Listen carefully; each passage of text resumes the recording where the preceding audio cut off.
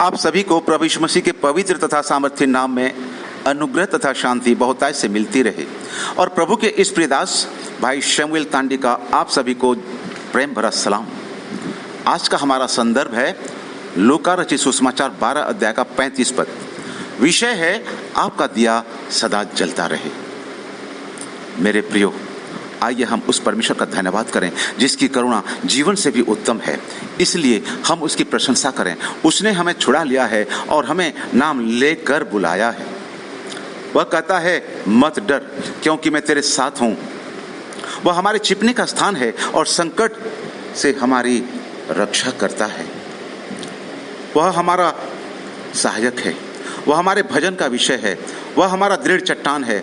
संकट के समय में अति सहज से मिलने वाला हमारा वो परमेश्वर है। मेरे प्रियो, उसने भजन संहिता 32 अध्याय के 8 पद में कहा है कि मैं तुझे बुद्धि दूंगा और जिस मार्ग में तुझे चलना होगा उसमें तेरी अगुवाई करूंगा, तुझ पर कृपा दृष्टि रखूंगा और सम्मति दिया करूंगा। क्या ही प्रेमी परमेश्वर है हमारा, जिसने यह प्रतिज्ञा हमसे की है। आज कोई है जो हम पर कृपा दृष्टि रखता है। कोई है जो हमारे दुख और कष्टों के समय में हम पर अपनी करुणा दृष्टि बनाए रखता है और हमें सम्मति देता है। मेरे प्रियो, हम बहुत ही सौभाग्यशाली हैं। ऐसे परमेश्वर को पिता कहने से हम गर्व करते हैं। मैं प्रसिद्ध अमेरिकी महिला तैराक फ्लोरेंस चैडविक के बारे में पढ़ा था। सारी दुनिया में उसकी धूम थी और लोग उसकी तैराकी की कला की मुक्त कंठ से प्रशंसा करते थे। वह लंबी दूरी की तैराकी में माहिर थी। उसे इंग्लिश चैनल पार करने के लिए जाना था, जो फ्रांस से ब्रिटेन के बीच में है। जुलाई 1950 में उसने इंग्लिश चैनल को तैरकर पार करने का प्रयास किया, लेकिन अफसोस वह असफल हो गई, क्योंकि उससे बीच में हार मानने के लिए एक अवसर आ गया। जबकि किनारा मात्र 100 मीटर की दूरी पर ही था, उसने अपने संस्मरण में लिखा, गहरी धुंध, समुद्र का बेहद ठंडा पानी और लगातार 3 तीव्र वेग से बहते हुए तूफान ने मुझे परेशान कर दिया था, जिसके कारण मैं आगे मंजिल की ओर अपने न बढ़ सकी और अपने मंजिल को प्राप्त न कर सकी।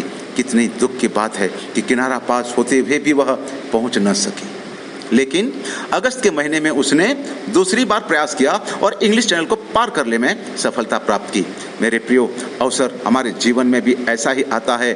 सफलता बिल्कुल पास आ जाती है, लेकिन हम हार मान जाते हैं। वचन बताता है कि इस्राएलियों ने कठिन जंगल का रास्ता पार किया। 40 वर्ष की लगातार यात्रा करने के बाद भी उनके मन में कई प्रकार की कुड़कुड़ाहट थी। कई प्रकार से वो मूसा और हारून से बकबक करते रहते थे। परमेश्वर उनके साथ साथ चल रहा था, लेकिन जब कनान की सीमा में पांव रखने का समय आया तो वे निराश हो गए, क्योंकि उनके सामने यरीहो की अभेद्य दीवार बड़ी खड़ी थी।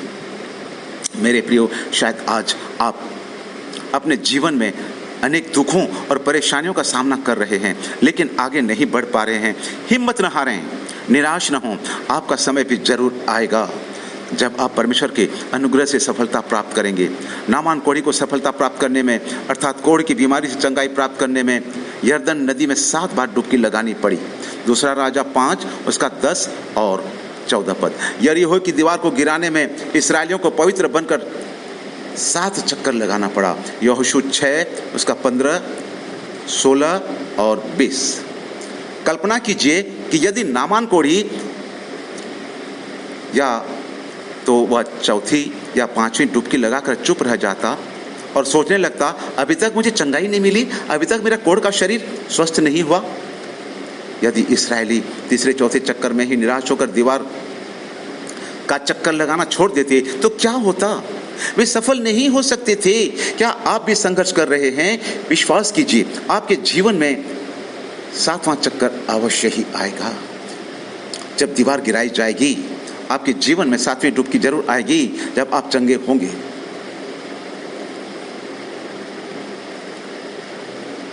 वचन कहता है अंत में फल होगा और तेरी आशा न टूटेगी। नीति वचन 23 अध्याय उसका 18 पद। अपने जीवन में सफलता पाने के लिए आपने जिन सपनों को देखा था, शायद वे सपने टूटकर चूर चूर हो गए और आप आज भी असफलताओं का सामना कर रहे हैं। गरीबी, बीमारी, बेरोजगारी और दुष्ट आत्मा की शक्तियां शायद आपका पीछा कर रही हैं और आप अपने जीवन में अपने भविष्य की चिंताओं के कारण निराश होकर बैठे हुए हैं। शायद आज आपकी सारी आशाएं टूट गई हैं और आपकी उम्मीदों का चिराग बुझ गया है और आपकी आशाओं के फूल खिलने से पहले ही शायद मुरझा गए हैं। शायद आज आप कह रहे हैं, मेरे जीवन का सूर्य ऐसा डूबा कि फिर से कभी उदय हुआ ही नहीं। मेरे जीवन की शाम ऐसी ढली कि मेरे जीवन में कोई और नया सवेरा आया ही नहीं।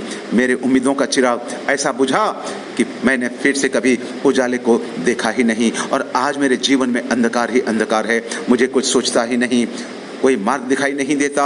लेकिन आज आपको देने के लिए मेरे पास एक शुभ संदेश है।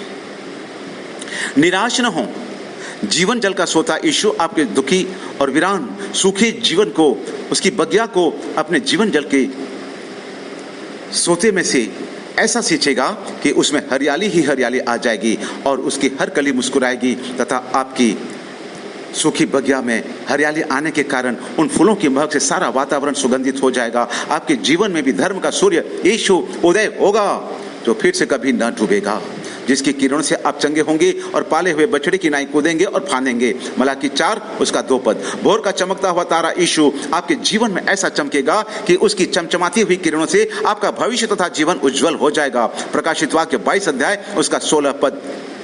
जगत की ज्योति यीशु मसीह आपके जीवन में अपना ऐसा प्रकाश देगा कि वह फिर से कभी खत्म नहीं होगा और उस प्रकाश से न केवल आप ही प्रकाशित होंगे बल्कि आपके आसपास व पूरे वातावरण में उसके प्रेम की खुशबू आपके द्वारा फैलेगी। लोग मसीह को जानेंगे तथा उस पर विश्वास करेंगे और उद्धार पाएंगे। हालेलुया। मेरे प्रियो, आपके उम्मीदों के दिए कभी भी न बुझने पाए। विश्वास की बाती को पवित्र आत्मा के तेल में सदा डूबे रहने दें जिससे यह कभी भी बुझने न पाए। जी हाँ मेरे प्रियो, आपका दिया सदा जलता रहे, सदा जलता रहे। प्रभु इन वचनों से आपको आशीष दे। आमीन और फिर से आमीन।